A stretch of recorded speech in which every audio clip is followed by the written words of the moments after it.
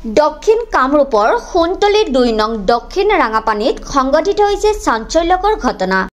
এইবাৰ প্ৰেম বিবাহৰ ভয়ংকৰ পৰিণতি। বিবাহৰ 2 বছৰ পিছতে আজিজুল হকে পত্নীৰ সৈতে ভয়ংকৰ কাণ্ড কৰাৰ অভিযোগ। ফাঁচীৰ দাবীত ৰাইজৰ উত্তাল প্ৰতিবাদ। পত্নী ৰোশনাৰা পাৰভিনক হত্যা কৰি আত্মহত্যাৰ ৰূপ দিয়াৰ চেষ্টা স্বামী আজিজুল হকৰ। উল্লেখ্য যে পত্নীক যৌতুকৰ বাবে বিভিন্ন সময়ত অত্যাচাৰ কৰাৰ অভিযোগ আছে এইজন আজিজুল হকৰ বিৰুদ্ধে। যৌতুক আনি নিদিয়াৰ বাবে এবছৰীয়া সন্তান কোলাত থাকোঁতেই পত্নীক হত্যা কৰি আত্মহত্যাৰ ৰূপ দিয়াৰ চেষ্টা চলাইছিল স্বামীয়ে। ইপিনে ঘটনাৰ খবৰ লাভ কৰি সোণতলী আৰক্ষী উপস্থিত হৈ স্বামী আজিজুল হকক আটক কৰে বুলি জানিব পৰা গৈছে। আনহাতে আৰক্ষীয়ে মৃতদেহ মৰণোত্তৰ পৰীক্ষাৰ বাবে GMCHলৈ প্ৰেৰণ কৰা বুলি জানিব পৰা গৈছে।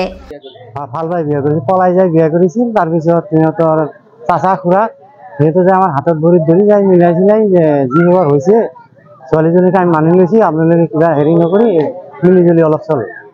সেই হিচাপে তেনেকুৱা চলতে মাজে মাজে অলপ গণ্ডগোল হয়। গণ্ডগোল হোৱাৰ পিছত ইয়াৰ খুৰাকৰ ওচৰত বিচাৰ অলপ খুজিলোঁ।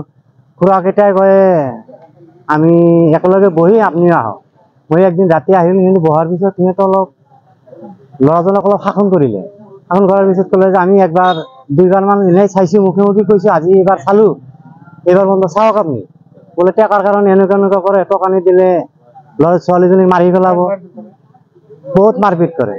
পিছত ল'ৰাটোৰ খুৰাকে ক'লে, জেঠাকে ক'লে যে আকচেপ্ট মেম্বাৰে ক'লে যে বিয়াই আপুনি যদি ছোৱালী যদি দিছে যদি ল'ৰাটোৰ অলপ প্ৰব্লেমো হৈছে, দোকান এটা বহাইছে, দোকানৰ অলপ চালানো নাই, আপুনি অলপ পইচা দিয়ক, 50,000 মান টকা আপুনি দিয়ক। পিছত 15,000 টকা গৰু এটা বিক্ৰী কৰি পিছত 15,000 টকা কেছ দি দিছে।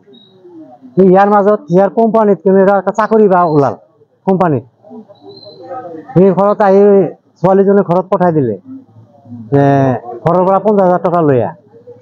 তেতিয়া মোৰ হাতত টকা নাছিল, 30,000 টকা তাক মই তেতিয়াও কেছ দি দিছোঁ সেই চাকৰিৰ কাৰণে।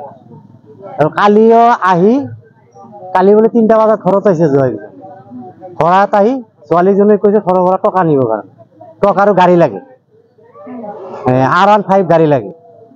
এইবিলাক লৈ ঘৰত গণ্ডগোল কৰাৰ পিছত মোক ফোন কৰি ক'লে যে আব্বা মানে গণ্ডগোল। মই আৰু ক'লো যে মই ৰাতিও হ'ল, এতিয়া নাযাওঁ। মানে আমাৰ বদলাপথাৰ টিয়াপাৰা গাঁৱৰ ছোৱালী এজনী 2 নম্বৰ ৰাঙাপানীত আজিজুল হকৰ লগত বিয়া হৈছিল প্ৰায় 2 বছৰমান আগত। দুয়োজনে আমি শুনামতে তেওঁলোকে ভাল পাই বিয়া হৈছিল।